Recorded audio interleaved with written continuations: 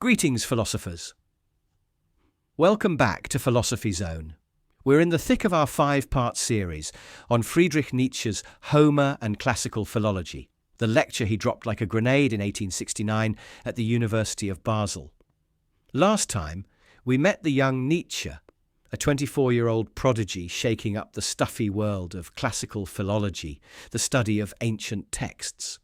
Today, in episode 2, we're diving into the heart of his lecture, the Homeric question. Who was Homer? Was he even real? And why does Nietzsche think the scholars arguing over this are missing the point? Let's roll up our sleeves and unpack this. Picture yourself in a 19th century lecture hall, gas lamps flickering, and there's Nietzsche at the podium, young, intense, with a moustache that's already stealing the show. He's talking about Homer, the name we all associate with the Iliad and Odyssey, those epic tales of gods, heroes, and battles that still give us chills. But here's the thing. In Nietzsche's time, scholars were obsessed with what's called the Homeric question. Was Homer one genius poet who wrote these epics? Or were they cobbled together by a bunch of nameless bards over centuries?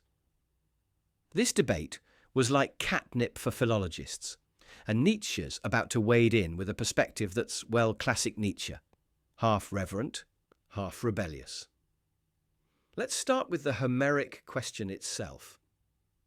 Back in 1795, a German scholar named Friedrich August Wolff published a book called Prolegomena to Homer, and it was a game changer. Wolff argued that the Iliad and Odyssey weren't the work of one guy named Homer.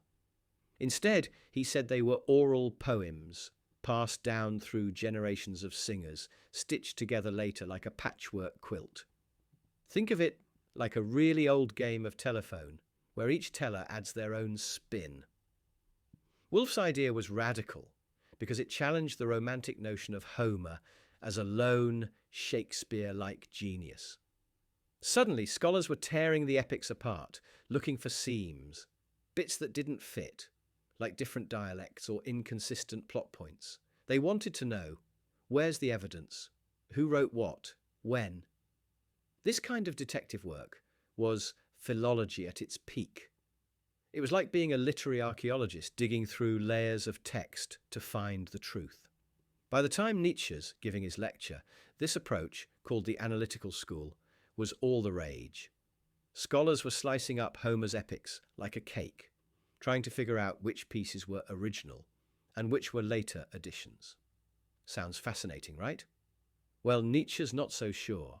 He steps up and says, "Hold on, you're missing the forest for the trees. Here's where Nietzsche gets spicy."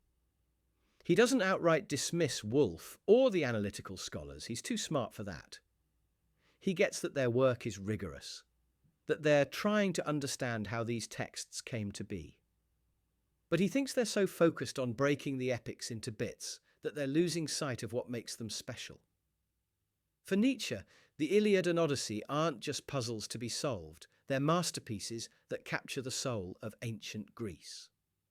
He's like an art critic, looking at a Van Gogh saying, "Stop obsessing over the brushstrokes and feel the painting." He wants philologists to care about the effect of Homer's work, not just its construction.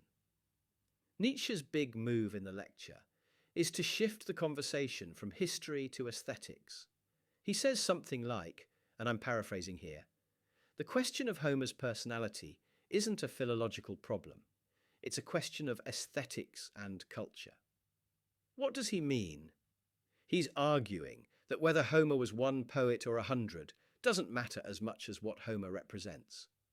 To the Greeks, Homer wasn't just a name. He was a symbol of their creativity, their passion, their way of seeing the world. The epics gave them heroes like Achilles and Odysseus, stories that shaped their values, courage, cunning, honor.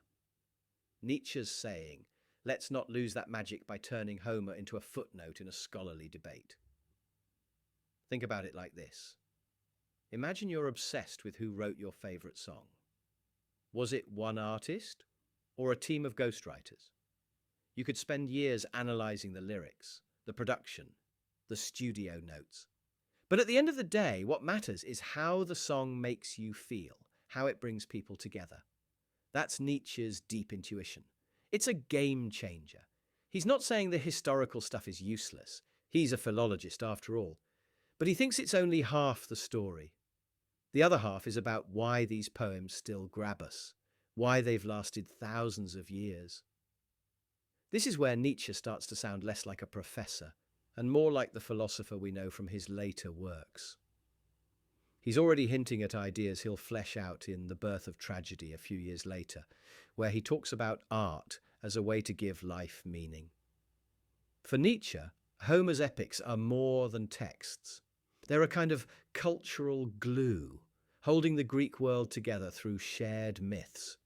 He's worried that philology, with its scalpels and microscopes, is cutting that glue to pieces. It's like taking apart a cathedral to study the bricks. You might learn something, but you lose the awe of the whole. Now, let's be fair to the philologist for a second. The analytical approach wasn't just academic navel-gazing. It was groundbreaking in its own way. Woolf and his followers were trying to be scientific, to treat texts like data. In a world where people used to take ancient stories at face value, that's a big deal. But Nietzsche's point is that science alone isn't enough. He wants philology to be more than a lab report. He wants it to inspire, to connect us to the vitality of the past. It's like he's saying, yes, study the texts, but don't forget why we care about them in the first place. This tension between science and art, facts and feelings, is what makes Nietzsche's lecture so juicy. He's not just talking about Homer. He's challenging how we approach knowledge itself. Are we here to dissect the past or to learn from it, to catalogue it or to let it move us? These are questions that hit home today. Think about how we argue over history or literature now. Endless debates about what's authentic or accurate. Nietzsche's like, sure, but don't forget the bigger picture. Why do these stories matter to us? As we close out this episode, let's sit with that idea. Nietzsche's not throwing out the Homeric question. He's asking us to ask better questions. Not just who was Homer, but why does Homer still speak to us? Next time, we'll explore how Nietzsche wants to reinvent philology itself, turning it into a tool for cultural renewal. If you're loving this dive into Nietzsche's world, hit that like button, subscribe, and join us for episode 3. This has been the Philosophy Zone, where ideas spark and stories live. See you next time.